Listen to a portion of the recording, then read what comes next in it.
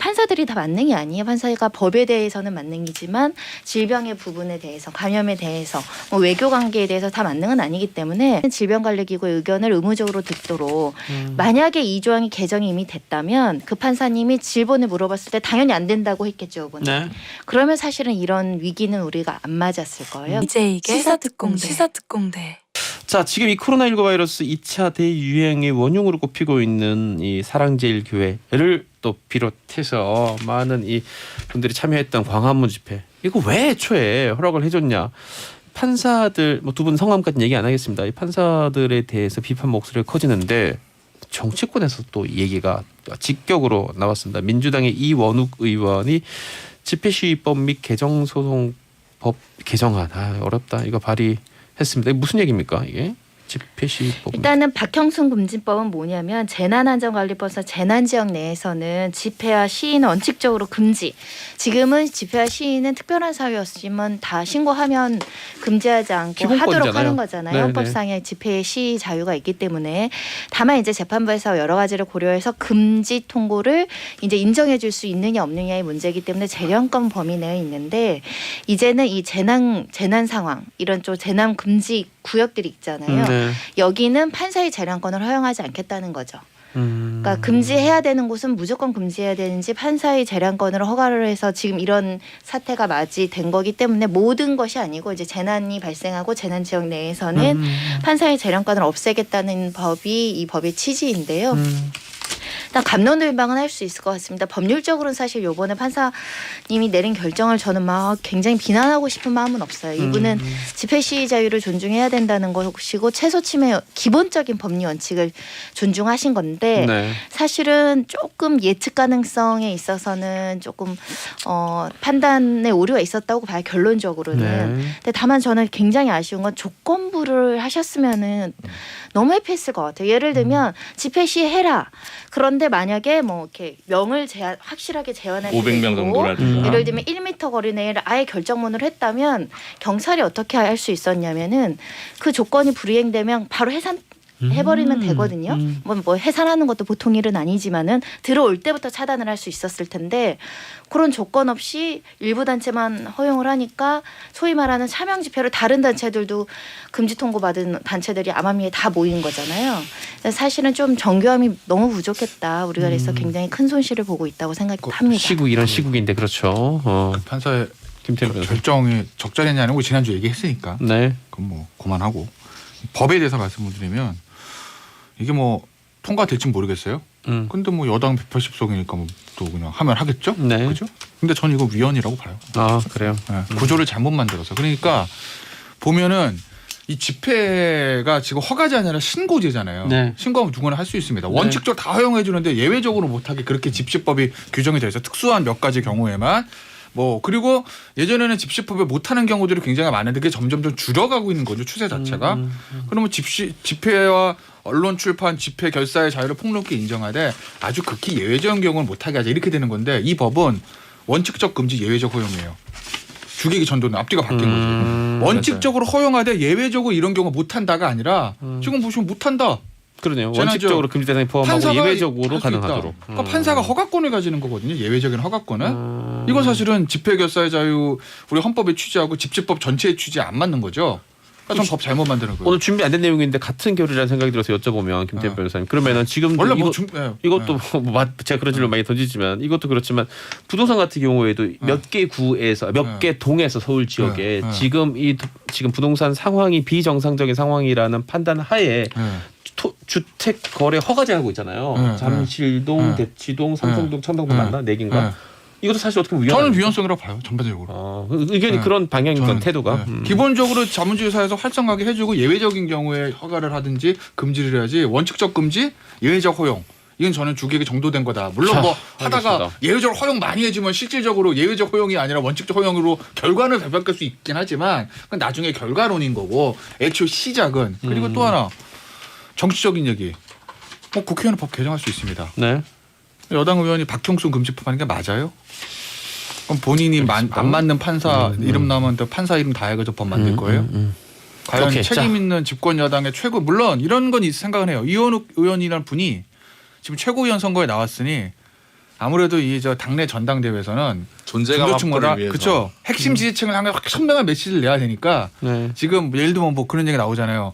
뭐 김부겸 뭐 후보 같은 경우에 무슨 보수 극우 보수 단체가 문재인 정권을 뭐 해하기 위해서 바이러스를 터뜨리고 그럼 그거랑 정광훈 목사가 얘기하는 우리를 테러하기 위해서 정부에서 바이러스 뿌렸다는 거 뭐가 달라? 똑같은 얘기지. 알겠습니다. 자, 그러니까 그런 얘기를 김준호 나온 걸 제가 보기에는 가만히 뭐- 듣더라도 이름 자체를 박형선 금지법이라는 거 이건 좀 너무 심한 거다. 네. 상식적으로. 그렇죠. 저는 그 부분은 동의해요. 그러니까 위헌 소지? 네, 위헌 소지가 있고 네. 그러니까 차라리 뭐 재난관리 지역에서의 집회는 200명 이내로 제한한다.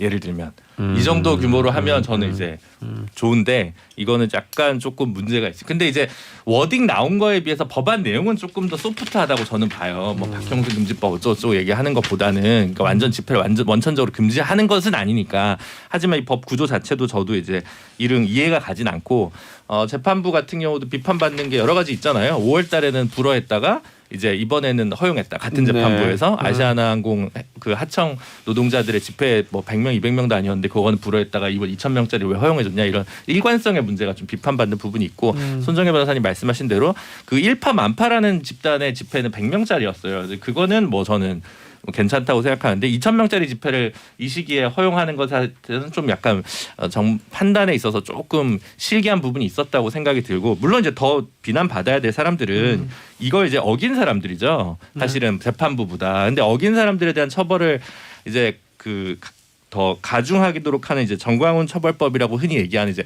감염병 예방법에 있어서 일부 벌칙 조항을 좀 상향하자는 제안, 뭐 오영환 의원도 냈고 이원우 의원도 냈는데 저는 이 부분은 약간 수긍에 가요. 저도 왜냐하면 그 부분은 뭐 그런 지금 감염병 예방법에서 집회 금지 명령이 나왔는데 그걸 어겼을 경우에 벌칙 300만 원 이하거든요. 그냥. 네. 그래서 소위 강남의 뭐 고급 유흥업소는 그걸 한번 어기고 해도 당일날 그 수익이 말하자면 300만 한 원, 테이블 가격이라 이거 아니에요. 300만 원 넘으면 어. 그냥 가는 거잖아요. 테이블 바꾸돌 바꾸 문제라 이런 얘기 그래서 하시더라고요. 양형을 할 때 벌금을 구형할 때 좀 조절을 재판부에서 하더라도 벌금 기준 자체는 좀 상향해야 되는데 지금 감염병 예방법 위반으로 해서 그 집회한 것에서 집시법 위반은 물론 처벌을 받겠지만 감염병 예방법에 의한 처벌은 굉장히 경미합니다.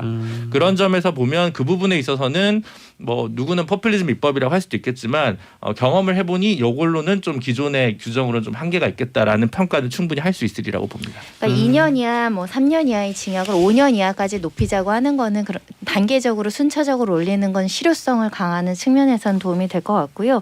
다만 아까 위헌 소지가 있다라는 말씀은 했는데 고민해 보시면은 판사 한 명의 결정으로 사실은 뭐 그게 인과관계가 정확하게 그렇게 맞아 떨어진다는 부분에 대해서 다투시는 분들도 있지만 그날 집회 때문에 또 대한민국이 바뀌었거든요. 굉장히 심각한 위기에 처해져 있었네. 그럼 향후에 이런 사태를 어떻게 방지할 것이냐. 일견한 판사님의 한 결정이 그분은 법과 도덕과 판례에 따라서 판단하겠지만 네. 그것이 전문성이 없을 수 있잖아. 감염병 전문가는 아니시니까. 네, 법 전문가죠. 이것 때문에 그 감염될 것을 단언하기 어렵다고 결정문에 쓰셨거든요.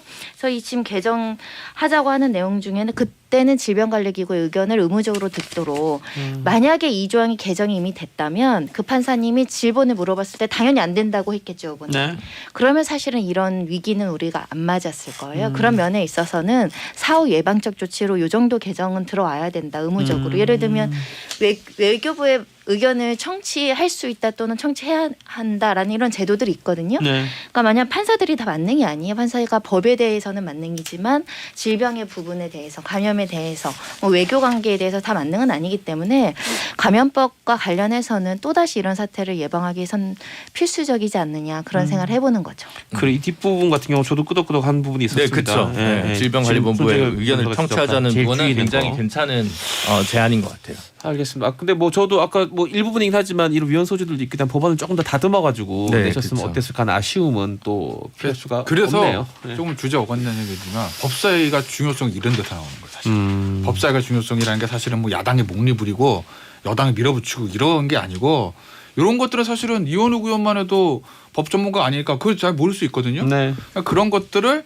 법 체계에 맞게 조정해 주는 게 법사위란 말이에요. 내용을 순대라는 게 아니라 사실 원래 자- 순 기능은 그거였죠. 체계 자구 심사라는 게 이런 거 얘기하는 거거든요. 네. 그러니까 법사위가 사실은 그런 점에서는 조금 활성화될 필요는 있죠. 이런 부분이 다 이렇다면 지금 세 분이 법사위원이라면 이걸 조금 더 현실적으로 법에 맞게 좀 더 이렇게 일부분을 고쳐가지고 더 그럴듯한 법안으로 만들어 수정 업그레이드 해줄 수 있었겠네요. 위헌 소지를 좀 피할 수 있다고 한다면 사실은 재량권을 조금 제한하는 방식. 말씀하신 것처럼 원칙적인 모든 게 금지 아니야. 일견 제한하는 거고 공공복리나 사회질서를 위해서도 다 제한할 수 있다 이렇게 되어 있기 때문에 모든 감염병 상태에서 모든 집회 금지면 당연히 위헌 무효죠. 그러니까 예를 들어 그래? 1단계 거리두기, 2단계 거리두기, 3단계 거리두기에 거기도 따라서 맞춰서 또 네, 이렇게 하는 명수를 것도. 좀 제한한다든가 네. 이런 정도를 하면 뭐 크게 무리가 없지 않을까 이제 싶어요. 그게 이제 법사에서는 체계 작고라는 게 보면 이게 재난 지역에서의 집회를 어느 정도 해야 되냐는 거라니까 그러면 진짜 실제적으로 감염병 저 법에 있는 1단계, 2단계를 맞아야 들어가야 되는 거잖아요. 네. 그럼 예를 들어서 지금 뭐 2단계 사회적 거리두기는 50명 못 모이는 거잖아요. 네. 그러면은 50명 못 모이는 거면 실내에서 네. 그럼 실외에서 50명 이하 집회는 해도 되는 거잖아요. 그 체계랑 맞는다. 밀어보면 그렇죠. 그렇죠. 그러니까 그런 것들이 맞아 들어가야 된다는 거죠. 그냥 무조건적으로 그냥 뭐 재난적으로 못해 이렇게 할 수 있는 게 아니라 그 체계들을 법사에서 보는 거예요. 다른 법과의 관계 이런 것들을. 알겠습니다.